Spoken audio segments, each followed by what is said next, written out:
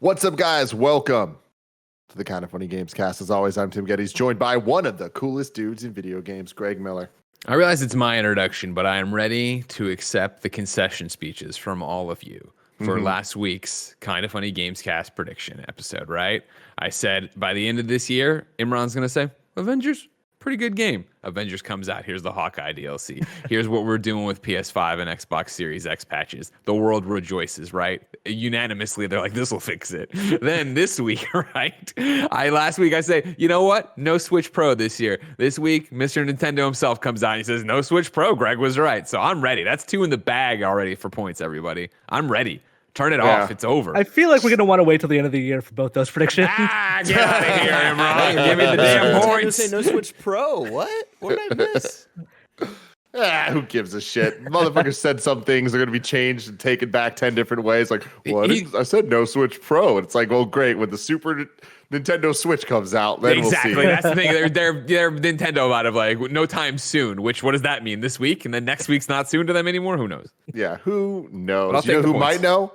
The future of video games. Blessing Adeoye Jr. Awa. What's that? Awa. It's a TikTok thing.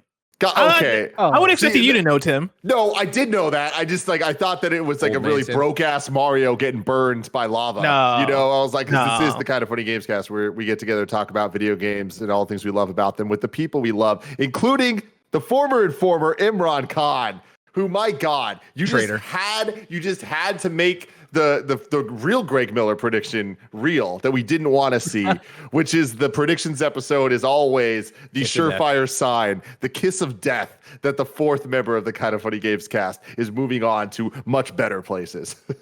By that point, I had an interview. I had not gotten an offer yet. So I was like, this is kind of awkward. It's like, there's a chance this is true. And for those that don't know, Imran, can you please explain what's going on? As of next week, which will be my last couple of shows for Games Daily and Gamescast, I will be no longer a regular host on Kind of Funny. I will be leaving for Fanbyte, where I'm going to be building out their news section over the next couple of years. So this is my penultimate Gamescast as a regular co-host, but not necessarily as a host in general. Yeah, right before the show went live here, I was telling Imran, I was like, I don't know. Like, I know this doesn't actually matter in the pantheon of things that matter, but to me it does. That I want you to still be a Kind of Funny part-timer. Like, I'm not taking you off of that list. Like, you're still officially in the Kind of Funny family, and I'm not letting you go anywhere because you've been way too good to this show. Well, you're gonna have to fight me to get me out of that Game Codes channel, because that's like that saves me so much money. No. Your new overlords at Fanbyte can get you all of them, all right? Anyway, we're very proud of you, man. This has been awesome. Like, you've been amazing on the show. You're going to continue to be amazing on the show as often as we can have you. And you're going to be so great over at Fanbyte, and that's such a great thing for you. And, we are very lucky to have had you for as much as we have, for as long as we have. So thank you for all of that. I'm so glad that I've been able to do this for the last year and a half. And like, I remember very clearly before my first Gamescast, I was sitting in it was when Ceremony Mall was still open. And I was like sitting in the coffee shop on a laptop, like watching previous Gamescasts and be like, all right, I should watch a couple of these to like figure out what I'm gonna do in this podcast. Terrible. And I'd be like, oh man, everyone like knows what they're talking about, and they're all so funny, and like everyone's such good friends. It's gonna feel like real weird for me to be there. And now it's like, I can't imagine not being on the show at this point, of like not talking to you guys about video games every week. I know. Yeah, it's going to be hard to get used to, but we're hoping we can get you on a fair bit, as much as we can. We'll see. We all have to figure out how this all goes and stuff. This isn't a Jared Petty, Andrea Renee situation where they are fucking dead to us. Like, Imran's very much alive to us, I do want to point out, I threw this out on Twitter, is that I was talking about possible Assassin's Creed hot takes for my Assassin's Creed interview, and Imran responded with, I will leave Kind of Funny if you put Unity at the top spot. And Imran, that was the biggest fucking bluff, because you're planning on leaving anyway, and it just hurt. It hurt. I wanted at least one person who had seen that and then saw the news of me leaving and be like, did Barry force Imran out? Yeah, did Barry know what happened. Unity at number 1? Oh, man. Well, let's enjoy you for as long as we have you here, because this is the Kind of Funny Gamescast each and every week right here on youtube.com/kindoffunnygames. We get together to talk about video games and all the things that we love about them. You could watch the show live as it's being recorded, ad-free, with the exclusive post show by going to patreon.com/kindoffunnygames, just like so many of you did. Thank you so much for all of your support over on both the Patreons and on twitch.tv/kindoffunnygames the month of January. We always do our big push to try to make Kind of Funny as big and great as it possibly can be, and we're going to absolutely do that this year. Thanks to the help of Graham of Legend, David Mintel, the Mind Freak, Trevor Starkey, Elliot, Patrick Higgins, James Hastings, Katie Gallacher, Sancho West Gaming, Shai Jackson Burgess, Alex J. Sandoval, Julian, the Gluten-Free Gamer, Man Bear Paradox, Talia Floyd, Civilian Soldier, Mizuki, Trent Barry, Kevin Bogues, Joy, Joseph O. Youssef, Tyler Ross, at Jesse, Jesse the Decrepit, James Davis, and the Nanobiologist. Thanks to all of you. You're amazing. You're dope. Claps for you. Thumbs up for you. All the good stuff. We're brought to you by Upstart, but we will get to that later. For now, let's start with a little bit of what we've been playing. Now, I want to come off the bench real quick to start this one off. I've been lucky enough to be playing Super Mario 3D World plus Bowser's Fury on the Nintendo Switch. Whoa. Yeah, this is still the preview phase of this, so I can't really talk about too much overall. But is Mario in it?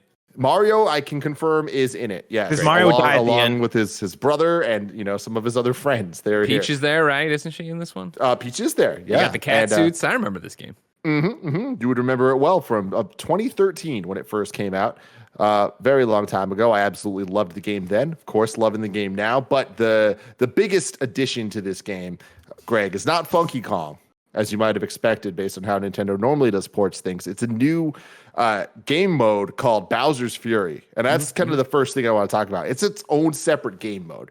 When you start the game up, the menu has two sides to it. You either go into 3D World or you go into Bowser's Fury. And I didn't necessarily expect that going into it, because the trailer and all the things they've shown about Bowser's Fury kind of just makes it look like it's a different section of the main game. Did you guys get the same read I did on that? Yeah, that's how I thought it would go. It didn't seem like a different engine or anything like that. Like I can't think of a reason besides just Nintendo's weird about those things than to put it separately. But like, yeah, I would have thought it would be better integrated than just like, here's a menu item for it. So can you then play it off the bat? Yes. So that's the thing. Now, let's just start off.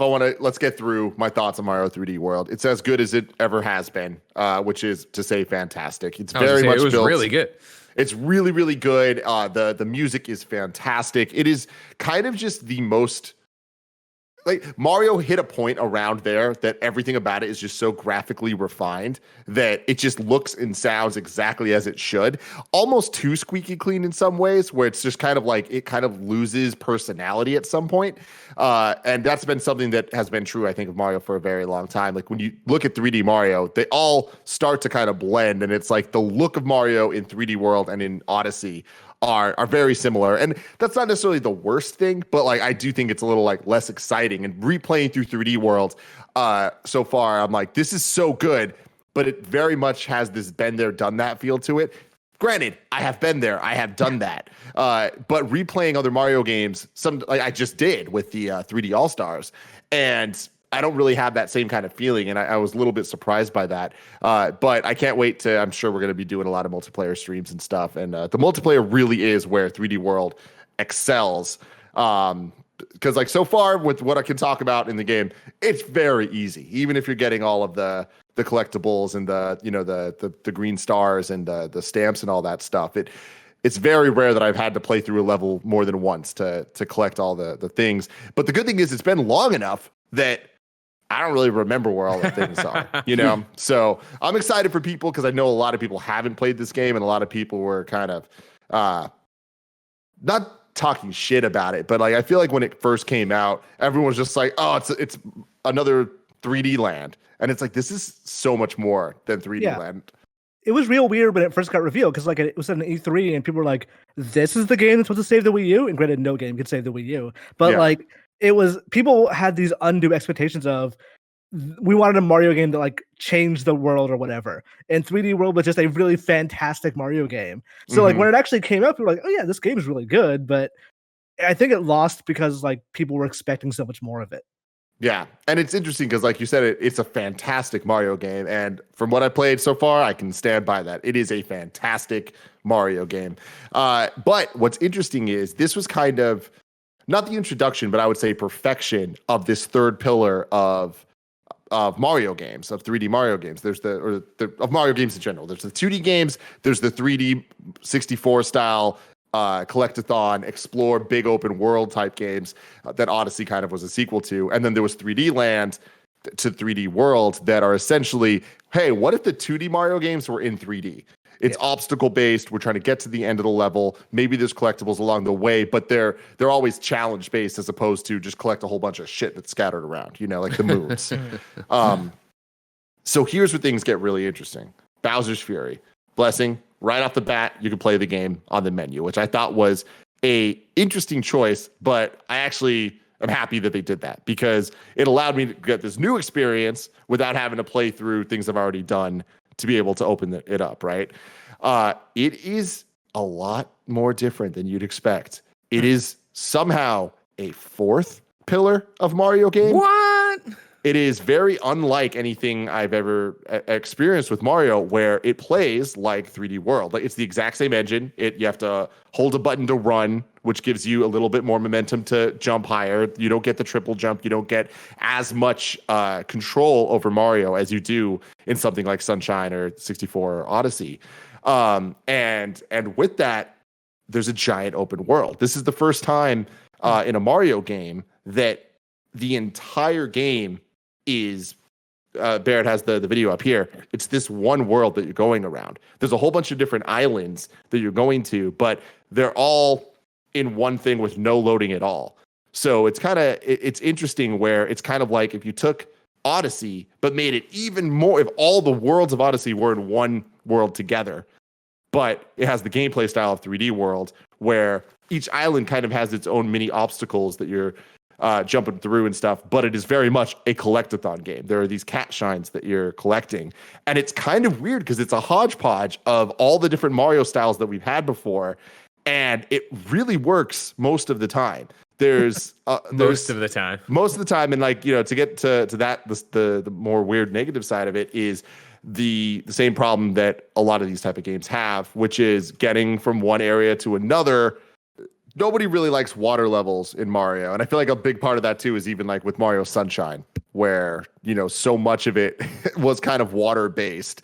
And this game reminds me of Sunshine a lot, actually, in terms of how it reminds me of the Mario Sunshine of 3D World, which is like, hey, let's take the core of this, but then let's kind of like add some more like a lot more water. It's one thing. But on top of that, kind of the idea that Sunshine wasn't quite ready for, but presented, which is, hey, Isle Delfino is its own thing, and all the levels, you can see all of them in the background of this whole thing. Like every level in Mario Sunshine was part of that one world, right? Yeah. But in this one, you can actually go to all those places. But it is kind of annoying when you know where you need to go, and it takes a little too long to get there. And the game gives you some things to like speed that up. But at the end of the day, it just kind of feels like the 3D Mario World gameplay, the Mario 3D World gameplay, isn't necessarily meant to be in this type of open world. So it sounds to me, I don't know how, I assume you're familiar with this comparison, Tim, but it sounds to me like that 2008 Prince of Persia game, where it's like an open world with like platformer sections along the way. Yes. It is. Okay. It is very similar to that, but the way it's set up, there's a bunch of different islands, and there's this like goo all over the place, very Sunshine-esque. And as the goo kind of goes away, the more you progress, the more shines you get, and like lights shit up and all that stuff. And then eventually you get access to more of this world. But it is all one interconnected world, which is a very cool idea. And there's Assassin's Creed style towers where eventually, when you get enough shines, it lights up a lighthouse and like allows you to progress further and go to different islands. And the thing is, all of this is extremely fun. All of this is extremely high quality Mario gameplay. There's some good challenge in it so far of what I've played. And the Bowser stuff is interesting when he comes up. I will say, so the way it happens is it seems random. Maybe like every 5 minutes or so, Bowser will kind of like attack and starts raining, and he comes to face off and essentially interrupt the gameplay that you have for a Bowser fight. And you don't always need to fight him. Sometimes as he's attacking you, his attacks can like open up secrets in the areas that you're in, and it's very clear where you are. So sometimes when he comes, you'll want to like get behind a certain wall. So when he uses fire at you, it blows up some blocks that were in your way from getting to the top of this island or whatever. So there's some pretty like clever things they do with Bowser. So it's not always this repetitive, just fight over and over and over. But having said that, like in the same way that traversing can kind of get frustrating, there are times where like I wish Bowser would just chill the hell out. And he just keeps coming over and over and over. And it's just like, there's a lot of sitting and waiting where I'm like, all right, I know exactly what I need to do, but the game's not letting me do it right now. And that can get kind of frustrating. So this very much to me feels like a very good experiment for what a style of Mario game could be. But it does seem to me like they were like, all right, this is very cool, but like it's not going to be a full game. It's not going to be a full experience. So 3D World plus Bowser's Fury seems to be a very good packaging of it, especially for a game that is as old as it is. And this is definitely a step up above Funky Kong being added to Tropical Freeze. Hey. Don't besmirch my boy Funky Kong with his new Funky Kong has a mode. history. Funky mode, all right? It makes it I want them funky. to add Swanky Kong to Donkey Kong Country, like platformer milieu of like this guy he's Donkey Kong with a coat and like sparkly teeth. Hey man, When you said Swanky Kong, I believed you for a second that was a real character. No, he's real. Oh shit! Yeah, he was in three, I think. Yeah, Maybe it was two. three. Okay, It was three. It was three. Yeah. But yeah, like Tim, what you're saying, like this sounds like. To me, it does sound like an experiment of like we know from that Nintendo Giga League that they sometimes just sit on ideas for 10 years and then like, okay, now we've broken through, we can figure out how to do this. This to me sounds like they've been talking about an open world Mario for a long time, and like Mexico, or not Mexico, but like the desert in Mario Odyssey is like kind of similar to that idea. I think this is like their next step is like, does this work? Is this anything? And then like maybe in a game or two they'll actually do that. Yeah, it is interesting. I do think that it's going to, when they inevitably do make that game, I think that it won't be with the Mario 3D World physics engine. I think it'll be much more similar to Odyssey, or maybe not with the cat mechanics or something, but I think it'll be a bit more of a traditional 3D Mario game where you have full control over Mario. You could do all the different types of the flip jumps, and you know, there's just like a different level of precision that you get that you kind of don't get with the 3D World. Or gameplay. let me throw this out there: a Zelda dungeon where you're just doing the dungeon, but the boss is just constantly fucking with you. I mean, yeah, that could be cool because it's interesting. I can't wait for you guys to play it because like it is really good. It's just there are a couple core things that I'm like, man, this gets in the way of this being like something super special. But I watched a couple previews of people that are also playing it, and everyone seems to be very, very, very high on it. And I will say that it is a lot bigger of a game mode than I expected from what they've shown. I thought it was going to be just kind of like one more world of 3D World levels. It is not that. It is its own thing, and it's pretty substantial, and it's pretty cool. How big is it? Like you mentioned earlier that it feels like if Mario Odyssey had all the levels interconnecting, I expected it to be the size of maybe one Mario Odyssey level. Is it that, or does it feel like this bigger thing? It's kind of in the middle. It's not all the Odyssey worlds connected. I was saying that more in the sense of like the idea of it. The idea of that. Like, yeah, the little sections are big enough. Like, they're definitely bigger than 3D World levels, but just like as a whole, it's a lot of water that you're traversing through to get from Too much island water. to island. Some would say. But anyways, yeah, I'm stoked for it. Can't wait to keep playing more. And there's a lot of game here, man. Before, like, can you talk about online? Is that allowed? There was an online demo that I was not part of, so I didn't get to play online yet. Yeah. Okay, I'm curious how that works because Mario Online traditionally not great, but you know, maybe this is the time they break through. Maybe we'll have to see. Twitch.tv/kindoffunnygames. I'm sure we're gonna play some over there. So we won't have to wait long. It comes out in 10 days as of recording this. So can I ask one question before we completely transition? You talked about the base game, being easy, and this is something I haven't touched the base game for so long, and when I did, it was multiplayer stuff. Is it easy in the way that it's going to be brain dead and you're going to put it you think it's just going to drift off and you're not challenged enough to keep going for a lot of people, or do you think it's still an enjoyable easy and it's just not like making you have eureka moments? That's a tough question to answer based on what I can and can't say right now. Speaking only of the Wii U version and not the Switch version at all, it was very easy up until the post game on the Wii U version that then it started getting hard. And I loved the post game on the Wii U version. Yes. So there's that, Okay. But to answer your question, it's not brain dead. It's like there is some cool things. Like there's some things that are unique to Mario 3D World that are very cool from a gameplay perspective. There's this the cherry that you get, and it doubles your character. So yeah, I remember that. You go from being Mario, then you have 2 Marios, and it keeps going where it's like you can keep getting multiple cherries and levels, and there could be like 6 Marios running around, and you're controlling all 6 of them, and it's cool. And the things that they have you do with that are very clever and fun. And I just feel like, at least for as far as I play it up to World 4 right now, a lot of this stuff just kind of feels familiar. But again, it's a weird thing to talk about because, like, of course it does. I've played this game. I've 100%ed this game before. So 3D World had a very interesting structure. Like you could tell the level design was like a 3-act structure of like introduction, test without dying, and then test with dying. And like if you just follow that through every level, it's gonna start like you start knowing what's going to happen, but they don't ever reuse anything. Like they put stuff in different places, but no concept is ever reused multiple times. And like it's if you like just go through it as a watching or really admiring its level design, it just consistently mind-blowing and how well they just keep doing it. Yeah, I can't wait for the majority of people to play this game that haven't, because there's a lot there, and I think the Bowser's Fury thing is going to be so far seems substantial enough to me that it seems like the best addition to a Wii U port that we've gotten so far. So that's cool. Okay. Moving on. Let's talk about another 3D platformer. Let's talk about Balan's Wonderworld.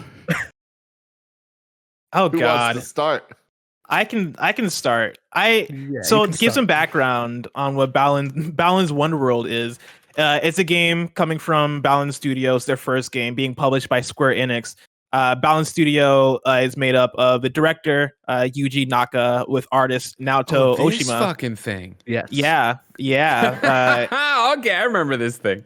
Yeah, it's a game that's being led by folks who created Sonic the Hedgehog and Nights into Dreams, and they put out a demo on all platforms. And I played the demo. I believe Tim and Imran have also played the demo. Mm-hmm. Yeah, I played the demo after you said you were going to, and like I got very mad at you. For making it is the strangest. It is probably the strangest demo of a game I've ever played. It is a fever dream of a demo, and I have no idea what my takeaway is of this game, other than it seems very bad. It seems like a very bad game. Okay, so you know how there's like good video games and there's games that like aren't good, but they have interesting ideas, and like you can see where they like there's more to them than just the quality. Balan Wonderland is neither of those. Balan Wonderland fucking sucks, and it's like. I can't remember the last time I've played a demo this bad that has convinced me so hard I never want to play the actual game. I can't remember the last time I've been so I was excited for this game when they announced it. Not in a like, oh yeah, for sure game of the year. This is going to be a home run, or oh, this is going to be the next or I guess that's a bad example. This is going to be the next Last of Us Part 2. Like, not in that way, but in the way of you tell me you're going to make a game that is from folks who created Sonic and Nights into Dreams and those types of games, and you're going to tell me that it's a 3D platformer with musical elements to it. You're speaking my language. I love all those things. And so going into it, it's 3D platforming levels, right? There's power-ups in the way that like your distaste is like making you spin your wheels. Or you're like, it's like an insult to humanity. I just don't know how to describe this game because it's what you'd expect from a 3D platformer from the folks who made Sonic and stuff, right? Like you're going to these different levels. There's Act 1 and Act 2 of each world. Don't lie to people. It's not the 3D platformer you expect from the people who made Sonic. Like not in quality, but in like what it is. No, not even. I would actually compare it more to Mario Odyssey in terms of like you're taking on different powers and you're solving puzzles with those powers. That's it. Okay. Okay, can see that. look, guys. You're both making really good points. It's a little bit of this, it's a little bit of that. At least we can all agree none of it is good. The thing is, I loved Nights into Dreams when it came out on the Saturn. There was something about it, just like the character design really spoke to me. And then on top of that, I was like into the gameplay because it was very arcade focused, kind of high score. Like it was almost as much a rhythm game as it was a platformer. Then when Nights into Dreams 2 came out on the Wii, the first thing that I saw was the character designs. And I'm like, this is not at all what I liked about Nights into Dreams, the first one. And that type of human character design, this like really kind of creepy, just dead looking thing, that's just, they're like, we're going all in. There's going to be a shit ton of human characters in this. The demo starts off where you have to choose your character, and there's a side of boys and a side of girls. And you choose one, and then the game starts, it has a cinematic, and you see that both the girl and boy are both somehow involved in this weird wonderful adventure that we're about to go on. And then it starts off and it's like the Knuckles levels from Sonic Adventure. And it's like that's good. Great. Yeah, I don't know that that's what people wanted when they wanted more. Yeah, no one wanted more Pumpkin Hill from the Sonic Adventures games. And then so I see what you're talking about, the Odyssey stuff, because there is, in the same way, there's moons everywhere, and it kind of incentivizes you to like look around and explore the world. There's these weird Balan Wonderland things everywhere, and it's like you're getting them. But the moment you get your hands in control of this game, you realize every single button does the exact same thing. There's one Even button. on the menu. Holy shit. That is the most, like, in the grand scheme of things, that doesn't matter at all. But a menu where every single button is confirmed is the most insane thing I've ever seen. It is insane. Like, Greg, we're not joking. I don't think you are. I'm just enjoying it. You hit start, the menu comes up, and there's a bunch of different options. And at the bottom of the screen, it says confirm. X, square, triangle, circle. To let us know, out of it. You can fucking hit anything you want, and it's just going to do the same thing. When you're playing the game, X, square, circle, they all jump. R2, L2, they all jump. That's all you fucking do is jump. All you do is jump. What was the moment? Describe the moment where you figured that out. Because for me, it was me like finally loading into the world and be like, oh, sweet, let's go. X to jump. Okay, sweet. What's circle? Jump. All right, cool. What's square? Oh, okay, let's jump too. Okay, cool. What's triangle? Cool. Oh, I'm fucking jumping. Sweet. So then the deal, Greg, there's no double jump, by the way. It's okay, just why would there be? Why would there be? Why would there be? But then you start going around, and then there's like enemies, and you're like, well, it looks like I need to punch them. No, I guess not. They're not enemies. I guess they're friends. Like they're just kind of there. Then you eventually can like overtake power. So that's where the Odyssey thing comes into play. Where you get Greg Miller. What's your question? I'm sorry. I thought this is important. Real quick. What do the triggers do? So the triggers jump. Okay. The L2 and R2. Yeah. But let me get you some L1. What do you think it does? I'm gonna say jump. It's not jump. It's not jump, actually. No. This lets you cycle through the different powers that you've kind of obtained from different characters around the world. But every time that you get one of their powers, it just adds to your jump.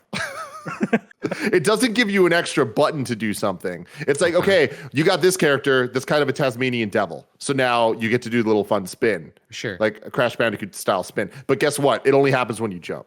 Yeah. So you have to hit a button. It causes a tornado jump. And then later you get another character that's like a jackrabbit. And you get kind of Yoshi's hover jump.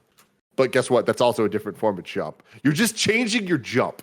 That's all you're ever fucking doing in this goddamn game. And then every couple minutes, it'll just be, here's a cinematic that makes no sense. I before we go too further, I want to mention there's occasionally a mini game that breaks this up. In that you find a golden hat. It will take you to what I think is the worst minigame I've ever played. Not because it's bad, but because it's nothing. It is, you have to line up an image with Balan, who is like doing spin kicks and stuff. But like, one, there's almost no way you can fail. Two, it is exactly the same every single time. So literally you have to just wait for this image to like go through this like auto-scrolling thing. And it's like, all right, hit X. There you go. Done. And you do this 3 or 4 times. And it's like, you did great. You did all of them. And I don't know what you get from it, but like whatever it is, isn't worth it. Do you see this character, Greg? This magical Balan character. And he's flipping around in this anime-esque way where there's like a lot of colors flying by, and he's like doing this weird flip kick, and it's really unclear why or what he's doing it to. But then a fucking JPEG of him will go across the screen, and as it like goes over him, that you're supposed to hit That's X. when you stop it. Okay. And then just boom, that's it. And it's like, what the hell is this shit? Like, it is so bizarre. And then you get to the end, and Imran, you posted a video of this. Barrett, I sent it to Assets. Okay, good. Can you please bring up the video that is essentially your reward for beating this demo? I can't wait. I will say, as weird as this is, it got stuck in my head the entire day yesterday. So, like, okay, to prep you, Greg, for what we're about to see. The other core thing about this game is they don't speak a language that we know. Of course. It's like Shadow Colossus. It's just like some weird gibberish language. But also, it's clearly Japanese people speaking it, so it's like it kind of sounds like Japanese, but then isn't quite. And the weird things you collect are called Tims, and that upsets me. That's got to make you excited. Come on now. It's a lot of this Kevin's weird, dream. We're gonna watch this together. Okay. I'm very excited because, like, you were talking about the humans. This guy is just looking at you the entire fucking level. This So weird ass strange. farmer, like DreamWorks farmer, is just like staring at you the entire time.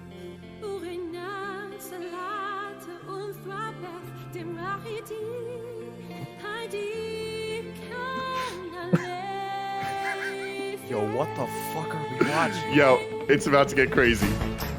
The drop.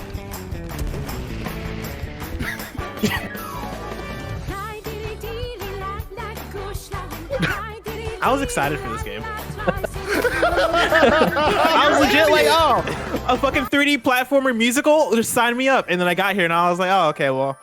Also, it goes Do we on know for like what a the minute. trophy list looks like? Like it goes on for another like a minute after that. That's just where I here's hit the thing, record Greg. button. If all you're doing is jumping in this game, it can't be that hard of a I was going to say. I gotta Yeah, It's man. very collectathon-y though, so I can't Yeah. imagine it's a super so simple triple list. when I first booted up the demo, I actually downloaded it on Switch, and the game runs and looks terrible on Switch. It like I don't know how you can make a game that looks that bad on Switch, especially when I transitioned to actually playing it on PlayStation, because I thought that was the problem. The problem with the game was that I was playing it on Switch, and then I played it on PlayStation. And I was like, oh no, this game's just bad. The Switch version looks terrible, plays terrible, runs terrible, and so It feels like it looks and feels like a game that you would just see like one day just show up on Steam. It like this developer has had no previous work or whatever. Like, is this a mobile cash grab? What the hell is this? Like, this is what this game feels like. I cannot believe how bad the controls are. Even taking away the simplicity of it, it feels like actual garbage to play. Yeah, and like so, Greg, the weird creepy farmer. Yeah, that looks a lot like you, but yeah. There's no context for it at all. He's just kind of there, and like his face never moves. It's always just the same weird, like static look. But he is giant in the level that we played in the demo. He's just kind of standing over the level, and it's like, what? Watching you. Like, what is happening? And is if it you like the walk giant near creepy him, bird in like in Helheim and God of War, where you see it in the background at all times, and you're like, oh god, that's terrifying. so it's kind of like that, but imagine it's not the background, and imagine he's just standing on the level, and you have to constantly walk around him, and he'll just disappear. It's like the opposite problem of draw distance, where it's like this giant thing that's right here just goes away, and you're All like, the character models do that. Like, it's animals just like literally just dancing around. You go up to them, they'll just disappear. I'm like, what the hell did the game break? Is something wrong here? I do But like no, that like- you have friends in the level that are just cheering you on and following you the whole time. I don't understand that either. Like, one time I respawned and I came back and everyone's like, woo, good job. I'm like, I just fucking died. What are you laughing Yeah. at? and it's they like, also are there see- enemies? I don't know, because everyone they're- seems to kind of be your they're friend like- sometimes. Kingdom Hearts Heartless kind of things. Yeah, It's weird yeah, because yeah. at some points I wasn't able to tell. Like I try to defeat enemies that were actually my friends, and I also try to befriend characters how it that be ended up being sometimes. my enemies. So, Because Blessing, they're- are you going to play the final product now? Are I you might going to try it see out. this through? I'm not gonna beat this game, Maniac. but I want to see more of it. At this point, it's more morbid curiosity than actual like excitement or anything. That's I just the want to only play more of it reason- to know. I need to know. That's the only reason I could possibly imagine they put out this demo, because they couldn't have believed in this game. There's no way that they thought like, oh yeah, people are gonna play this demo and then buy this game. They must be counting on people going like, ah, yeah, this is shit. I'll buy this. Well, that's the thing is like this game is being published by Square Enix, Yes. which means that somebody must have greenlit this based off of name recognition. Somebody alone. saw something and was like, yeah, We need Yeah, this. like somebody This is saw the art and they $60 game, guys. What? Are you serious? that's madness. $60. Fuck you. Tim, it's not that I don't believe you, it's that I have to actually find out for myself. Dude, look, I'm looking right now. We can pre-order on Amazon Balan Wonderworld for Is there a collector's $60 on Switch, PS4, and Xbox One. It's $60 just across the board. And again, not that I don't believe you, but I need to find out for myself. Holy shit, you're right. Legitimately, this strikes me as somebody had art and they approached Square Enix and they're like, "Oh, you made Sonic? This art looks good. All right, cool. Let's greenlight. Let's see what this is about." And Square Enix was like, "All right, time to put out the demo," and they're just realizing what this game is. There does seem to also be elements of them trying to go for the Chow Garden thing. I don't know too much about Chow Garden because that's not my that was never my jam, but there are these little cute looking creatures in the world, and you can feed them things. So you can feed them collectibles. The Tims, yeah, you feed them Tims. Yeah. Now you said you didn't know anything about this farmer. Uh-huh. Does the story not explain who Jose Gallard is? The first level is called The Man Who Fought Against the Storm. Yeah, So chapter one. No, it's the man who rages against the storm. The story of a farmer who fights against a storm. And Jose Gallard, a man who runs a farm. One day a storm struck the cornfield he took great care of. ... The storm stole everything from me. We're then leading into Bartholomew lurks in the depths of the worlds born from hearts and plagues of Jose's heart. Lurks in the depths of the worlds born from hearts and plagues Jose's heart. Controlling a tornado, it attacks the protagonist. Show enough strength to withstand the storm, and Jose's heart will be freed. So that's why he's dancing. Yeah, because he's freed. But like, it's like, what if you could write a Kingdom Hearts game worse? And that's what this is. I mean, Imran, you just said it best. Like, you know what the thing that 3D Sonic games and Nights into Dreams needed? Kingdom Hearts style storytelling. This seems like this seems Honestly. like this. I'm on the website for the over here at Balan World, Wonderworld.com or whatever, and like it seems like something you fed an AI a bunch of different boxes in like instruction manuals, and it spit this back out. Chapter 1 stage: a world born from hearts woven by the memories of the beautiful farm in Jose's heart. The bulging ground and huge crops create a mysterious landscape. And then one of their little things here is a world adorned with various crops and farming tools. And then there's 3 bullet points here laid out why these are important. The ground bulges, showing off diverse variation. Go into the field with massive corn. Oh my God! This one just says, "Wow, a large iron ball is rolling." All those things do happen. That is a fact. They literally just described the demo. Greg, read the first one again. The ground bulges, showing off diverse variation. Yo, okay, so that is a fact, I guess, but what they really mean is that random parts of the level are just always kind of bouncing in a way that's not visually pleasing at all. And on top of that, Blessing earlier said, "Oh, it's 3D platformer and a musical." Really what that means is that music's playing. And honestly, I'm not going to hate on the music. It's kind of fun. I like that. Music is playing, and I don't even want to say the beat. It's like every note is represented on the screen by what I can only explain, and follow me here, guys. I can only explain it as, you know, when you're at a bank ATM and it's touchscreen and you touch on one of the options and there's like a weird like thing where it kind of looks like wherever you touched has like almost like a wave coming from it, like a circle wave. Yeah, like the oil. It's from the touchscreen ripple. Yeah. Touchscreen ripple. Yes. They decide that it's a good idea in this game that for every note of a song, random parts of the screen looks like from inside the screen, they're poking what we're looking at. And it's just causing ripples everywhere. You know what I'm talking about? Yes. Yeah, I noticed that immediately. I was like, I noticed it. I didn't realize it was tied to the music at first. So I started watching it. I was like, oh, I guess this is kind of on the beat, but it's not on the beat. It's like It's not. random parts of the music, like not consistently, but like the chorus will come and then like the last 3 notes of the chorus will get those ripples. It's like, what the hell? I don't understand what this is. It's just distracting. Barrett, can you find a YouTube video that's like a walkthrough of the demo? Because I need people to watch and see this. Chapter 6: The Girl and the Kitten. The story of a chance meeting between a girl and a kitten. Oh my God. I don't want to clown this game so bad because like this is clearly a game for babies, but babies deserve better than this game. Yeah, that's my thing is I tweeted about this game and somebody was like, well, it's a kid's game. And I'm like, yeah, but there are a lot of awesome kids games. You know, like Mario's a kid's game. Mario as a kid's game. Remember that? Yeah. Candy and I mean, books float yo. around this sweet world. A clock tower looms in the distance. The buildings are full of moving gears. Ride the spinning gears to move ahead. It seems like there is a path up ahead. If only you could stop the moving blocks to proceed forward. I mean, dude, it's insane. Like, I just talked for 20 minutes before this about Mario 3D World. And to go from Mario 3D World to this is so, like, that's a kid's game too, man. Yes. This shit is a fucking fever dream that, like, I'm just really not sure who the audience is, because it very clearly is trying to tickle the nostalgia of people that were fans of Sega Saturn games and the Sonic Adventure games. There he is. Chao Garden and all that. Yeah, look at him, Greg. Oh, that's very Look at him. uncomfortable. I'm very uncomfortable. This Just seems looking like at a these, really, He's just sitting there. really Help him. badass. Guys, we need to save his heart or whatever. God, hold on. Look, guys, look around. You see that? The random circle, the touchscreen circles are happening. No, I Yeah. didn't see that. And the character Oh, mode's God, this disappearing looks for no horrible. apparent reason. Yeah, these are the power ups that they collect. So now you're a Tornado Wolf, which is fantastic. But I want you guys to clearly see this touchscreen stuff, because it is just freaking bizarre. Also, I believe you need to find a key in order to pick up power ups, Yes. which is another thing. And like Which you is can another thing. like that key will respawn, so you could just theoretically just keep picking up that key. And I don't like what is the gameplay see what you're here? What do talking they about, want you to Tim. do? Hold on. We just saw one. Yeah. Where was it? I will say I did like the boss fight. I thought the boss fight was fun. Yeah, right The there. boss fight up was there. like Yeah.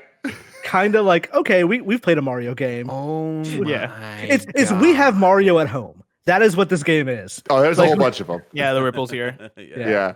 Greg, what's up? What do you got for us? I just Greg? ran into how we say, is it Balan? Is that how we're saying it? I always said I say Balan, but Balan. I don't know. Balan, that makes more sense. You know that there's a special edition? No. There's Please the tell me about it. Balan Wonderworld Showtime set. Can you send it I to wanna- assets? I feel like we Sure. need to show this. It's also here, like, assets. This game should at least just be Knights again. Like Totally. I don't understand why they made a new incredibly terrible thing. Mm-hmm. For the low price of $124.99. Oh my lord. Hell You can yeah. get the Balan Showtime set Also, here. look how yeah. terrible this looks. Oh Yeah, man, I I can't wait to see bet you this. have it. Yeah, it's got what? It looks like an art book. I'm trying to find a breakdown of what's actually in it. Here we go. So you get the Balan Wonderworld game software on PS5, the Balan Wonderworld original soundtrack CD, a game novel, a pin badge, and the Balan Wonderworld theater program pamphlet. This is a Showtime set exclusive. That's actually slightly cheaper than the Mass Effect Legendary Cache Edition. Oh my god. Barrett, I also sent you a link if we can go to it in hold assets after this. Yeah. Yeah, I need to pull it up just so people can actually believe that.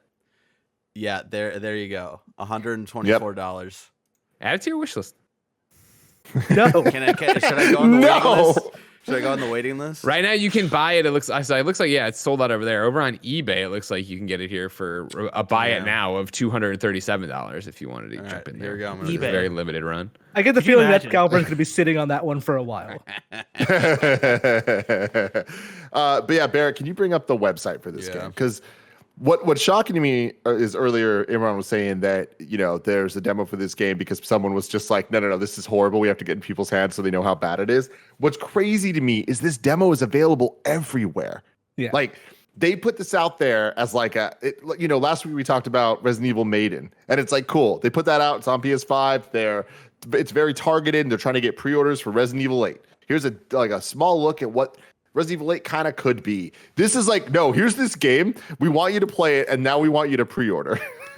Like, scroll down, Barrett. Like, we got the demo links at the bottom you can see. But yeah, this website just has way too much information everywhere about a game that I don't think needs to be talked about this much. But yeah, thank you. Stick here. What is the Isle of Tims? Oh, you know what it is. Greg, please read this. The Isle of Tims is the hub world of your adventure and the home of the Tims. You'll use this area as a base to explore the other worlds born from the hearts of their inhabitants and free their hearts from torment and worry. What are Tims? Tims are mysterious creatures that live on the Isle of Tims. This is the most fucking circular shit I've ever read. Where it'd be like, what's the Bible? The Bible's a book that tells stories about the Bible. Like, what the fuck are you talking about? Okay. What Now- is it? They're Last just thing I want to child. do. Last thing I want to do. Barrett, go scroll down a little more. Because I want you to get to the controls section of this. Because they actually, I'm Oh, shocked no. they did it, but they did. Here you go. That's awesome. Oh no. Yeah, there you go. R2. Every L- L2, L1, R2, R1, circle, X, triangle, square. That's awesome. Jump, costume ability. Oh, Uh-huh. what the fuck? And now go hit where it says Nintendo Switch up there. Yeah, just in case we didn't know. We didn't. Here's diagrams of every controller to let you know the amazing experience you're getting. Guys, do you think that this might be the worst game of 2021? Oh, that's such a tall order. There's so much crap coming out on Steam all the time. Yeah. But like, But This- this, this I feels would like it change could it up. be- Be like, is it the worst game you think that'll come from a major publisher? oh, absolutely. There's like, Okay. this is a quiet $60. man. Oh, absolutely. No doubt. Oh, in my for mind. for a $60 game, yeah. Even from a major publisher, like who can compete? You know, like who's gonna step up? Who's next? Mortal CD Kombat. Like, I don't Projekt know. Red. Damn. damn. Got him. Before we move on, I want to tell you about our sponsor. This episode is brought to you by Upstart. Last year showed us that you never know what life is going to throw at you. And if you use credit cards to pay for unexpected expenses, it can be overwhelming to manage that debt. You can take control with Upstart so you know exactly what to expect, like so many of my friends have done. Upstart is the fast and easy way to get a personal loan to pay off your debt all online, whether it's paying off credit cards, consolidating high interest debt, or funding personal expenses. Over 500,000 people have used Upstart to get a simple fixed monthly payment. It was really cool. One of my friends had a lot of debt and was able to consolidate it into one place, which just made it simpler for him to wrap his mind around. And now he is debt free, good to go. If debt has taken over your life, it's time to get a fresh start with Upstart. With a 5-minute online rate check, you can see your rate upfront for loans from $1,000 to $50,000. You can get approved the same day and can receive funds as fast as one business day. You can find out how Upstart can lower your monthly payments today when you go to upstart.com/kindafunny. That's upstart.com/kindafunny. Don't forget to use the URL that we just said to let them know that we sent you. Loan amounts will be determined based on your credit, income, and certain other information provided in your loan application. That's upstart.com/kindafunny. All right, guys. If only we would have known the sponsor was going to be fucking Balan's Wonderworld. We have egg in our face. You know what I mean? While we're still here, why does Square Enix do this? They also published The Quiet Man, Yes. which was a terrible game. Why are Quiet they Man was a cool publisher- idea. It could have worked out. It didn't. Balan Wonderworld, also a cool idea that could have worked out. In my eyes at least. Like, No, why do they I'm do totally this? with you. Yeah, it could have. How do they I let don't it know. slide? Again, I right? don't have an Trophy list, answer it for you, still Bus. could work out. like I wish I knew why Square Enix is like really quixotic publishing deals. Like it kind of makes some sense. Like you know how to make video games. You've been in the business for a while. That applies to Yuji Naka and I forget who made Quiet Man. I want to say it was Runic, but like it makes sense to give them. But like then it seems like there's like, all right, here's some money. See you in 4 years. Like that seems to be what they're doing because nobody who has been looking in this game, like unless they're actively trying to get fired, would be like, no, yeah, this is good. Keep going. Nailed it. Yeah. All right. Well, moving on from that nightmare, I want to hear about Destruction All Stars. Who here's Ooh. played it? I have. I have. A little bit. Ooh. Didn't Look at get that. the Everybody chance but to yet. Tim. We Yeah, Greg Miller. What are you Yeah. thinking? Yeah, pretty much. It's like I mean, obviously, Greg Miller is never going to be your definitive source for all things competitive multiplayer, let alone Destruction Derby competitive multiplayer. But like, it just is a game that exists. There's way too many characters, and they all are made to be unique. They all have different outfits and abilities and all this stuff. But I have played several of them, a handful of them throughout this morning. I started playing this morning and I played before this, right? And it's like, all right, fine. Like, I get it. Like, I get like they have different cars and like their cars have a little bit of different abilities. And granted, again, I'm scratching the surface here as I still figure it out. If you don't know, of course, Destruction All Stars is a car combat game that is a PlayStation Plus freebie. It was originally going to be a $78 launch game for the PlayStation 5, which would have been a huge mistake. Fucking ridiculous. Thank God they pulled up at the last second on that one because they would have been eviscerated for that. You start every match. It's like you're watching a game show. You start every match out of your car, you run into the world, then you jump into a car, and then you go off in several different game modes. But they all involve smashing into each other.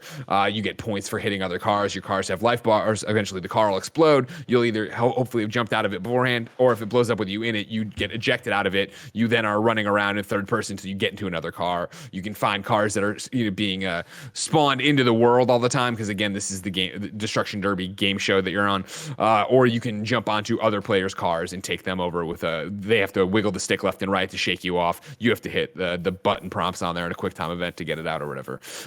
Again, this is all taken into a bunch of different things where there's basically like deathmatch where it's of course like who can get the most points by smashing into each other. There's a thing called Gridfall, which you're out there and it's last man standing, and it's like Hexagon from Fall Guys where the hexagons are falling out of it, and then you're trying to knock your opponents into those things. It's once you're KO'd, you're out of it completely. There's Carnado where you're going through, you're doing Carnado. Yes. You then run and bank the points, and then there's Stockpile, which is similar. Again, it's all is about running into each other and causing damage and doing it. And yeah, it's not bad, but it's not something you have to play. It's definitely something that I wanted to play as much as I could to get to here, and I will probably, I think actually Mike might want to stream a little bit of it on our stream tomorrow, but after that I'm going to delete it. Like, it's not something that's hanging on my hard drive. Am I wrong, Imran?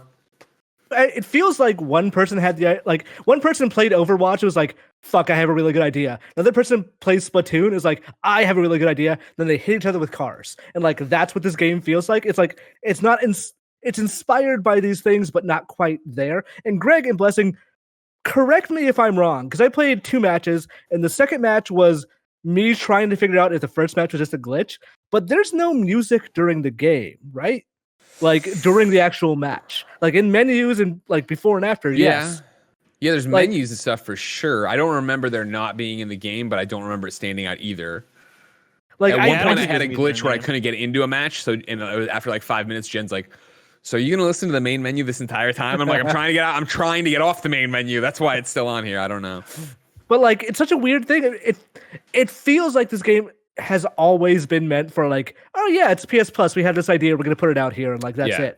If this were not PS Plus at some point, then like I'm really questioning the sanity of anyone who made those decisions, because it doesn't feel like a full game. Really, it feels like an interesting idea. I really like how you said it. It feels uninspired, right? Like, or it's inspired by those things, but it doesn't hit that thing. That's the thing about it. Where I think even looking at it right now, there's so much color and there's so many different characters with different looks that I think for me to be like, it's generic or nothing stands out seems not crazy, but you look at it like, well, this is standing out to me right now. But playing it, like it does, there's all these different influences, including the microtransactions, right? Where you're earning gold when you level up that you can then go spend on new banners, new outfits for the characters when most of them are just palette swaps. But then you can also buy the purple or the pink hot pink coins that look a lot like V-Bucks, and it's very clear that's what they're inspired by for you to go in and get this stuff. But going through the dozens and dozens of banners and then icons, it's just like, why even when I got the points to go in there, I was like, none of this, like, no, I don't look at this and go, oh, that's clearly X character, I'm really attached to that character. Like, all these characters are what they are. They're after a morning and afternoon here of matches with different people, I burn out on what they say, because like I feel like the game has a very quick cycle of audio. And granted, since I'm learning and probably making the same mistakes or losing in the same ways or whatever, like even the announcers are saying the same things over and over again. It feels like super early on. It's totally a thing, and I could see people enjoying it, but like I don't think it's anything to write home about. Hey, speaking of a quick cycle of audio, there should not be a microphone in the PS, like the DualSense. Like, oh my god, that was the first thing. By default on for a free video game, because holy shit, everyone is terrible. Yeah, no, that was my first thing when I first booted up the game. As soon as you match make, all mics are on, And you can like turn that off. You can go in your system and fix all that. But if you don't, if you go in, it's just everybody talking, and because you're playing online, everybody's saying terrible shit. And so I was immediately like, oh, it's a horrible first impression for this game that I'm greeted by all these slurs and all this bullshit that everybody's talking about. Good Lord. But as far as the game overall, I agree with both Greg and Imran. Like the game, for me, doesn't seem like it has a voice. Like it seems like one of those ones where they like halfway through the development process, they're like, okay, yeah, this is going good. Like we got driving solid, we got the game modes. All right, let's see where we can find the fun. And it seems like they just never found the fun. Like I playing last night and playing a little bit this morning. I played some of Mayhem and I also played some of Gridfall. And the part of why I say like it doesn't feel like it has a voice is there's not one single game mode so far for me that feels like it stands out from the others. Yeah. I wish it was like a Rocket League where if you hop in Rocket League, you're going there to put balls into goals. Like there is a Rocket League game, there's a League of Legends game, there's an Overwatch game. In Destruction All-Stars, it feels like they present these 4 different modes to you and they're just like, cool, just jump into whichever one. These are all 4 very different games and it's your choice, and none of them so far have stuck out to me. And then also like for all the different characters that I've chosen, none of them also have also stuck out to me in terms of their abilities and all that stuff. Like it very much feels like a cut and paste hero shooter type thing where there's one character that has invisibility, there's another character that has a different thing that's like, cool, I've seen these all before in other games. It very much reminds me of Bleeding Edge. Like this game does feel like this year's Bleeding Edge in terms of the one thing I'll say about it is the style I think is cool. Like I think there's a cool art style and the game has flair and all this stuff. And I'll say the same thing about Bleeding Edge, but there's just not much to back it up. And so like there's not much currently that is bringing me back to it. I want to keep playing it just to fingers crossed, maybe something hooks me and I finally find where the fun's at in this game. But so far, within my first few hours, I'm like, I don't really have any desire to keep going.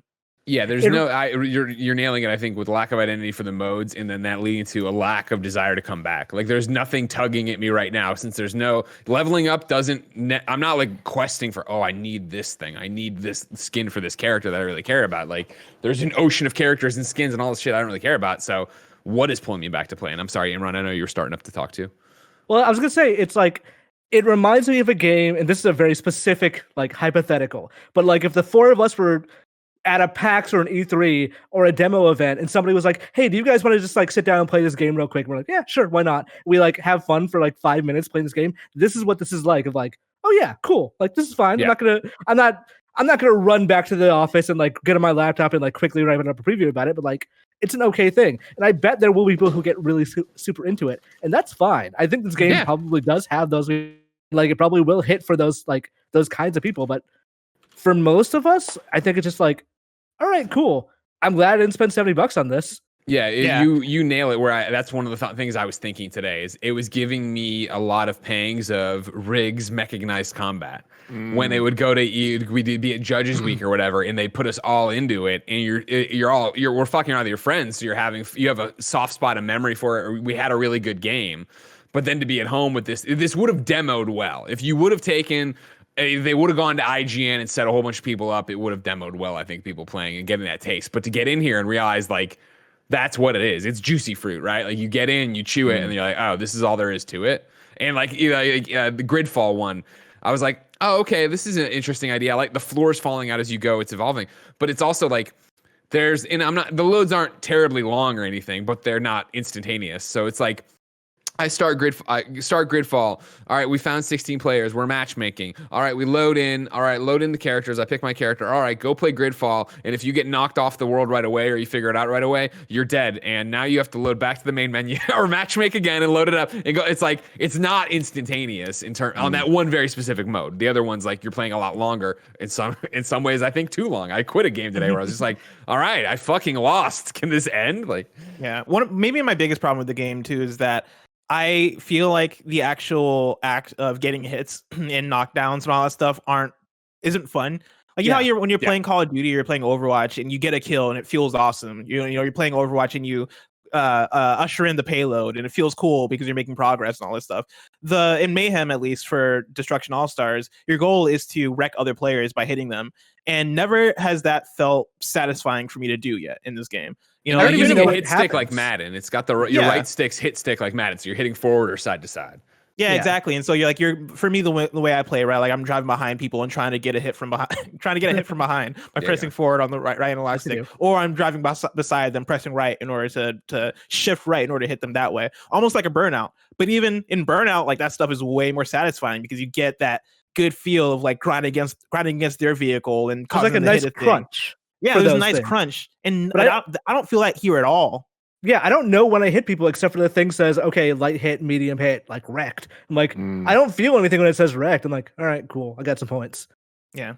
It's also interesting to me because like I wasn't expecting this game to change the world or anything, but is this a PlayStation Studios game? Yep. It's XDev and somebody else though. Lucid Games is the one who's working on it. Yeah, because I know SIE are the ones publishing it, but like, does it have like the PlayStation Studios like Splash and all that? Yeah, it does. Yeah, I noticed because Destruction Derby was in that this time, so I'm like, that's probably not going to be in the next game. I bet they take that one out. It's just weird because it's like this does seem like a bleeding edge type game, and especially when Sony have already had a game like this with some legacy with Twisted Metal. That I think there's a reason Twisted Metal games don't exist anymore. The time and place for those just isn't here. And I get taking that idea, trying to change it to be more of the quote unquote free to play, but like PlayStation Plus type experience. Let's just give people this and maybe they'll latch onto it like Rocket League.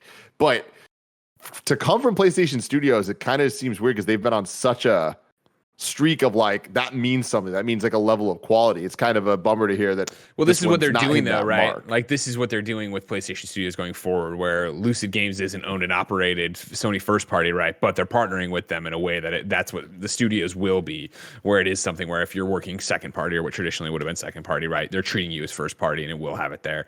But it's also the thing of like this game. Even though if you remember it, as what it was going to be a launch game, it makes sense there too.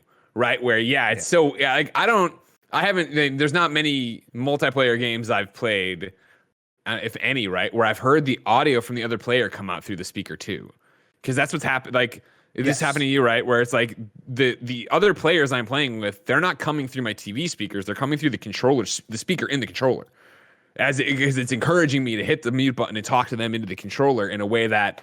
Yeah, this was clearly a launch thing of what they wanted you to do and get in and have a part of that and have it used that way for it. And so that's another thing where it's like there's so much in the game, I say, with gesturing my hands wildly, but it is still so threadbare in terms of like there's all these different modes. All of them are smashing your car into other people and then, returning to the tornado or trying not to fall in the hole or whatever. But it's like it's such a thin concept applied to other things with then this is how the controller feels and like haptic feedback and the resistance and all that jazz is happening too, where it's like somebody like Mike gives the DualSense shit, right, and he's a psychopath, but this one is one of those where I'm playing in my like I am like fuck, I don't like having to push harder on the trigger right now to try to get through this fight right now we're really trying to make it feel immersive that you're in this destruction derby. I don't fucking care, like why am I doing this? Yeah, there's a whole lot of DualSense integration. It does very much feel like hey, this is going to make a great launch game because it displays a lot of the different elements of the PS5, the DualSense, and how it's going to play into things. I just lost my train of thought. I had a whole train of thought I was going to go through and it's gone. All right, come back to me later. I will say, like, I like the vibration, like when you're like half health or below, that like the engine starts sputtering, you can like feel it in the controller. Like that's a good way to make me not have to constantly look at that like not very obvious and kind of small health bar at the bottom. Yeah, were you guys, were any of you he's back. He's back. Greg was kind of talking about this a little bit, but like in terms of the game as a launch game, again, like we were just talking about Balan Wonderworld and Destruction All-Stars. We're talking about Sony and that seal of quality and that seal of approval and all that stuff, and what PlayStation Studios means, right? Destruction All-Stars, I think, is an interesting one because it's like I don't think any of us think the game is horrible. Like it's not a Balan Wonderworld, but it's one of those things of like, it's in that similar place of, all right, I have no interest in this in the way that I have no interest in Balan Wonderworld, but it's on the other side of things where I think Destruction All-Stars overall is like a quality game, right? Like the game runs very well. The game has a lot of great colors and the game like feels good to play and all this stuff, but it's just not fun overall, right? Like it's not a bad game. It's just a game. And I think that kind of falls back into that thing of like, it's a launch game. Like it exists. That's kind of the thing. Because that's the thing about it, right? Where I'm sorry, what was it? it's like Hyperscape to me, that like other battle royales exist and they're better at it. Yeah. So like it's not that Hyperscape is bad, it's just not good enough to like find a like knock something else off. You know what it reminded me of, especially, and this is, you know, I didn't play it, so I don't really know, but it reminds me of, from character aesthetic, all that stuff. Battleborn is what it reminded, what PlayStation or Destruction All Star Heroes reminded me of, right? To the point though, that was what I was sitting there thinking. I knew I had another point about it being a launch game. Sitting there playing it, you know, on PS I Love You, we've talked so many times about, or not so many times, but recently about Killzone, and like Killzone should stay dead. Why would Sony go and why does Sony need to worry about making its own multiplayer shooter suite when there's so many other good ones out there, right? I was thinking about that today before I was like, all right, launch game, right? Of like, why is Sony paying people to make this weird destruction thing? It's like, oh, well, you have this console, you're gonna have a whole bunch of people. Wouldn't you want people playing something online, microtransactions? You know, there's a limited pool of things to play. Why not play something that is bright, colorful, different, and is a, you know, giant thing you can play with all your friends who just got a PlayStation 5 too? PlayStation Plus makes sense for it. And again, yeah, it's not bad. I totally see how people can have fun with it for a few nights or whatever, but I don't think it's got legs by any stretch of the imagination. Next up, want to talk about a good game, Cyber Shadow. Cyber Shadow. Cyber Shadow is out on Game Pass and also other consoles that cost money, so just play it on Game Pass. Totally. I mean, dude, that's exactly where I'm at, where I was like, oh, this is clearly a game I want to play on Switch, but I was like, but I have Game Pass, so Yeah. I'm doing that for sure. Yeah. So you're also playing it, Tim? Mm-hmm. Okay, yeah. So I guess to people at home, it is a Ninja Gaiden-like in almost every way, except you can't duck. And other than that, it is like extremely, it is so Ninja Gaiden that I almost quit in frustration the first 2 levels. It is very, very difficult. I like the checkpoints, though. I think it has Yes. a very fair checkpoint system where you're never too far of retreading all the bullshit you had to get through. Yeah, like, so the central story concept is, I think, based on where I am now, which is about 3 or 4 levels in, you were part of a ninja clan that was defending this city. A bomb went off, and all of the city's robot, like, nearly killed your character, and all the city's robots, like, kind of went evil after that point. So you are now working your way through a mostly dead city full of robots. And it is a straight up just 2D platformer, NES style graphics, but you are, how do I put this? It controls much better than it would have on the NES. So it's in that sense a little easier. But it is, if you don't have nostalgia for Ninja Gaiden, this might not be the game for you because, like I said, it is extremely difficult. Yeah, it's really difficult, and at least in the first couple levels, like you're pretty limited on your mobility and the things you can do. Like especially the first level is you're just jumping, and it is weird. But the one difference being not being able to duck, it kind of makes you feel like you don't really have many options to do things, especially because so much of it is the Mega Man style dodging of. It's not quite ever bullet hell, but there's enough things on screen that you're trying to dodge. Like you can even see here that Barrett has pulled up. Like there are things being shot at you, and your only option to get away from them are very specifically arced jumps. Yes. So like getting used to that is definitely an old school NES type thing you gotta get your head wrapped around. But the music is fantastic. Music's great. It's done by Jake Kaufman, who is also known as Vert. He's the founder of VG Mix, the website from the early 2000s that I fucking loved. And he is supremely talented. I would say one of the most talented when it comes to video game remixes, and that's turned into him making a lot of the music. He's done Shovel Knight. He's done a lot of similar things. And Dante and the Pirate's Curse, which had a fantastic fucking soundtrack. Exactly. And he's so good that like the music alone is a good reason to at least boot this up, especially like we always talk about Game Pass and it's the thing of like, oh, it's good for a Game Pass game. This being a Game Pass game is like, oh shit, like there's some quality here. And this is a perfect example of, well, it costs more money somewhere else. So the value is clearly there. I will say if you get past the first 2 levels, it starts easing up because you do get more things to like handle situations. It still gets more difficult. It is still like a difficult game, but like the first couple the save points have this weird thing where you can invest the currency you've been like getting out of enemies and boxes and all that into that particular save point. And then from there, like you'll always start with like an extended sword or whatever from that one. So you can invest in every one or just like invest in the one before the boss or whatever. It's kind of a modular difficulty that way. by the like third level, they give you like cooler things from that save point. So like it gives you like a homing shuriken that extends from your body that you can also hit with your sword to like send it specific directions. So like once you get that thing, oh, I don't need to walk right up to this guy now and like punch him in the face with my sword. I can like take from a distance and like kind of be a little bit more careful. That is, it's an interesting way to kind of like give you an easier time through things without like just saying, hey, you kind of suck at this game, do you want to do an easy mode?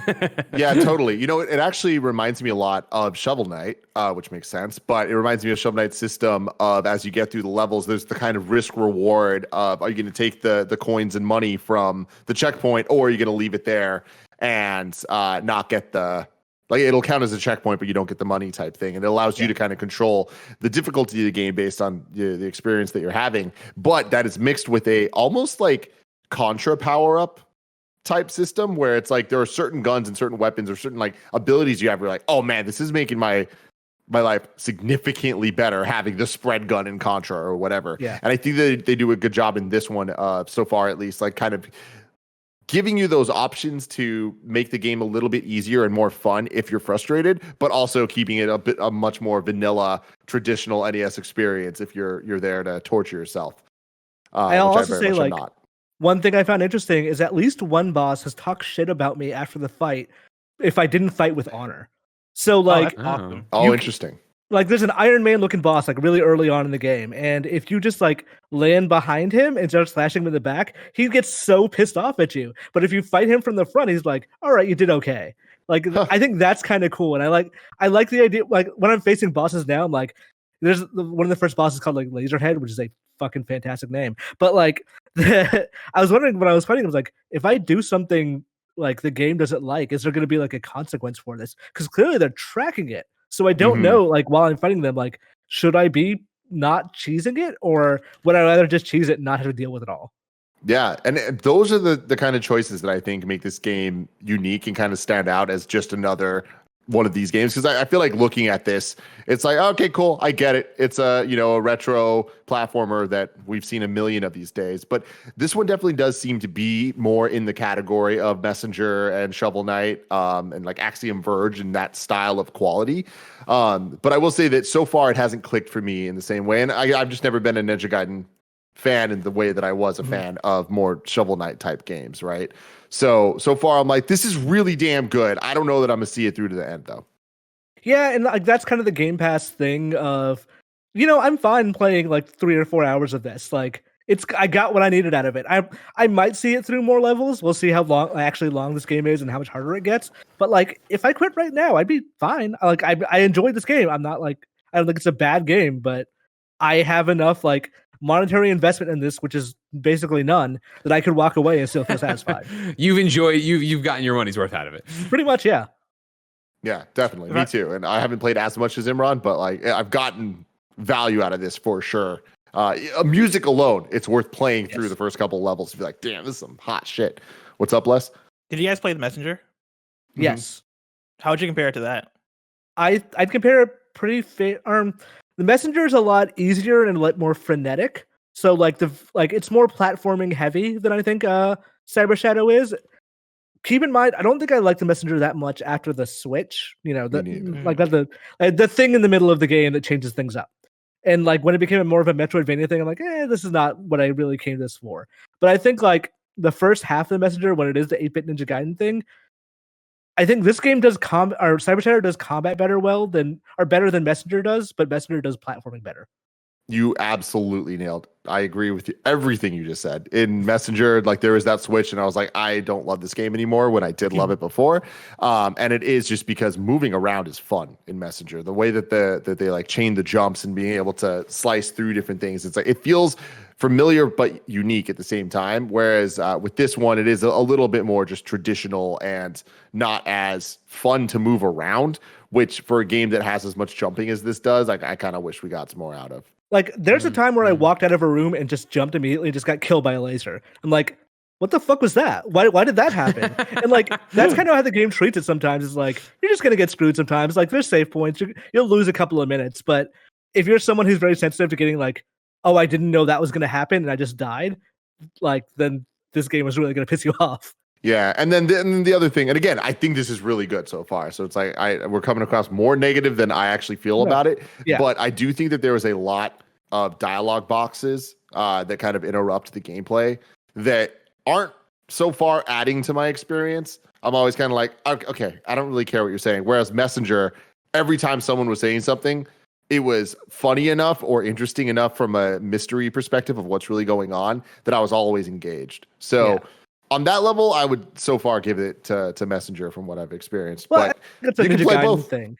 Like Ninja Gaiden had that. They were the creators of the cutscene of like the super self-serious ninja story. So I think that's what they're kind of trying to lean into. But also, it's just like I didn't get this like until the end of level 2. You don't actually understand what's going on in any way. So it was the first 2 levels of like, did this bomb turn people into robots? I don't really understand what's happening yet. I will say the opening cutscene is fucking fantastic. Yes. It is like I was watching it and I was like, damn, imagining this on an NES like would have been the freaking most insane thing of all time. Yeah. Like you see the city blow up from like first person perspective, and like in pixel art you see his hands go up as like a giant explosion happens. It's like this is cool as hell. So good. Yeah, oh yeah, here we go. Here it is. Yeah. Oh, that's awesome. Oh, that's really Right? I love Like that. that is freaking cool. Which is why I thought you were turning like the bomb turned you into a robot because like apparently I don't understand subtlety. So funny. All right, enough of Cyber Shadow. Greg, you've been playing Division 2, the 4K Yeah. patch update. Yeah, it's another one I got to tinker with a little bit today. I haven't touched Division since right after when they dropped Warlords of New York. I got into it, and that's when they introduced their battle pass and their like ongoing challenges. Take out the 4 different sub bosses to get to the main boss, and they did it over time. I of course was super into that. I love the Division, as you know. What it would have been. Most played game of 2019, right? And so I was super stoked when they introduced that last year in March, but then of course pandemic happened, a whole bunch of other shit happened, the other games came out, I got moved away from it, and it's always been, I'll get back to it.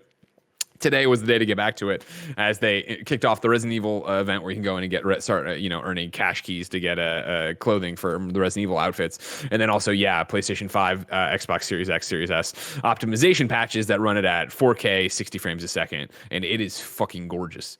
Like jumping back in today, it was the John Wick, like, oh, I'm back. Like if it looks so good, it ran so good, loads are better. They're not like instantaneous by any stretch of imagination. But again, you're playing a PS4 game now, even though it's on PS5. They are better. Looks beautiful. There's obviously a ton of content to go do. I didn't even realize the second raid had come out. Like I was that blinded by everything that's going on. I haven't done the New York skyscraper thing or just the skyscraper thing to go for, start with no weapons, work your way up, see how far you can get. So I'm super excited that there's a reinvigorated approach to this that's got me back and a whole bunch of funny folks back, where it's like, I think Snow Mike Mike's jumping back in for the stream tomorrow. Gary wanted a code. Blessing wanted a code. Paris has always been big on the Division. So I'm excited to get back in there and, knock out the last few DLC trophies I have, since I have the platinum. But yeah, it totally hit the mark for what I want out of this thing. And I'm excited to go back into it and really play a lot. Hell yeah. You think that this is going to be something that gets like a lot of people back to Division 2? A lot of people, it'll remain to be seen, because it's the same thing as any of these, games of service when you take that much time off, where I'm coming back in and it's like, okay, cool. Yeah. Manhunt. There's a new person to go hunt that I want to go get. That's going to be, I like what they've done in their redesign, because it is now very clear of like, I want to go after this big bad person, so I have to beat these 4 people. What do I need to do? Okay, even the Resident Evil thing, it's checklisting it of like, cool, I want to earn caches. So I forget if it's daily or weekly. I just looked at it today. I think it's daily. And so it's like, all right, cool. I knocked out the bounty I need. I knocked out this resupply. Now I got to go do 2 more of these things or whatever. Like, wandering back into a games of service after this can be so intimidating. Like Destiny, I wouldn't even know where to start, right? But the Division, and granted, I play more Division than I play Destiny ever. So like walking in, I know to go to my objectives and see what's up there. And I'm excited to see tonight, like Mike played a whole bunch on Xbox, but obviously for even have a chance to play with me, he has to come play on PlayStation. So like he's doing the thing of like, all right, cool. Do I want to jump, Warlords actually will boot you up to level 30 so you can go run stuff with friends. And it's like, he's going to do that. We're going to see how complicated it is to figure all that out and sync up where everybody is and stuff. But I think there's a chance. I don't think it'll bring back a huge number of people, but I saw Andrea over at What's Good, streaming today. Like I said, there's reinvigorated interest from our group. Imran, Blessing, you both took codes. I don't know how gung-ho you are to actually get in and do stuff with it. to see like honestly half my interest in being like, well, these are people making the next Star Wars game, so I Yeah. kind of want to see how that like what their design ethos is, and like I imagine at some point the Division 2 is going to stop like wind down so they can actually do more work in that Star Wars game. But I Sure. want to see like, and also I want to get that Leon Kennedy costume. Yeah. Yeah. And that's the thing is I think that's how this works, right? You put that carrot at the end of the stick and get people to chase it. But the hope being that, you know, by the time you get the costume you want, obviously you want to play with it a bit, but then you are also like, I enjoyed this. What if we went and did this? What if we went and took on this? What is this skyscraper thing about? We'll go see. Yeah, I'm excited to try it you? out. Yeah. Like you mentioning that it looks better has me very excited because I liked how the game looked when I played it originally on my base PS4 that is actually packed away. Now I was pointing back, but I was like, oh, it's not there anymore. Oh, actually, no, it is there. Yeah, on my base PS4.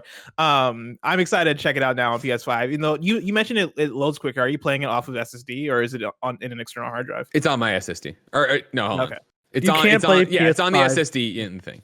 Wait, so is the PS5 version or is it an update to the PS4? It is a patch for the PlayStation 4 version. This is not a Okay. PS5 version. I am playing the PlayStation 4 of the game, but they've put in a PS5 or whatever, a 4K 60 frame, 4K 60 frames a second patch. I guess Yeah. if you can't do an Features. update, that at least do that. Like, Yeah, exactly. Yeah, I'm excited. I'm excited to jump back in. I wish I played more of it at launch. I played quite a bit of it, and I got through things like the Air and Space Museum and other museums, and I was like, oh, this is fucking awesome. But I made the key mistake, which is I betted on Anthem when the game was first coming out, and so I ended up getting to Division 2 later because I was like, well, everybody's off of Anthem, we just hopped to Division 2, and because I got to it a couple weeks late, that meant that all the people who I would have played with were over leveled for me and dropped off from it by the time I got there, and so I didn't have people to play with. And so if Kind of Funny's playing it, that's what I've been telling everybody of like, you know, for me coming back to it, like, you know, I opened it up and it was hilarious because, you know, they introduced loadouts and stuff when I was still playing it. I opened it back up and I have all these like half done gear sets in my inventory and all these weapons that I had starred for favorites, and I was like, all right, yeah, I was keeping this because I wanted to work. You know, I'm like, whatever. I just undid the stars, deleted everything. I'm like, it doesn't matter. Like, I'm not going to worry about trying to get the better build like me and Fran were always worried about, or go to the crafting table to figure out how to make the shotgun even better and take this perk from that thing. It's like, I'm just jumping in. And so, like, for right now, like, where, you know, I know Mike was so concerned about, like, oh, well, I'm like, they're not specific. Like, what I'm interested in right now is getting the Resident Evil outfits, which aren't behind some crazy wall. They are go do bounties, go, save a control point and give them some stuff. So it's like, I'm down just to play however far back people are and fuck around and figure it all out. dope. Is it an easy one to get back into? Like you said, you'd like unstart everything and stop caring. Is that a thing you could do like mid game? Do you think? Yeah. Well, I mean, so with the Warlords DLC, and again, I didn't do this, so I don't even know how to activate it necessarily. With the the Warlords of New York DLC, you can do basically the old Mode of Light or whatever from Destiny, where somewhere in there is a thing of like, do you want to just jump to level 30 and be done with it and like be able to go do the newest content? And you can say yes, and then it'll do whatever that is to you. Oh, okay. And so I think you'll have to then be like, wait, I have a whole bunch of new shit. How do I equip it or move it? But other than that, I think you'll be able to just go off and play missions. And I think that's the best way for all of us to handle it right now is like, cool, Mike's got this mission, and yeah, I've probably done it 300 times. But yeah, let's go through and kill a bunch of people. You know what I mean? And with that, this is the Kind of Funny Gamescast. Thank you very much for joining us. If you want to stay tuned for the Patreon exclusive post show, guess what? You got to go to patreon.com/kindoffunnygames and you can watch it. Very excited. Another episode of Bless Who coming up. Ooh. Until next time. Love you guys.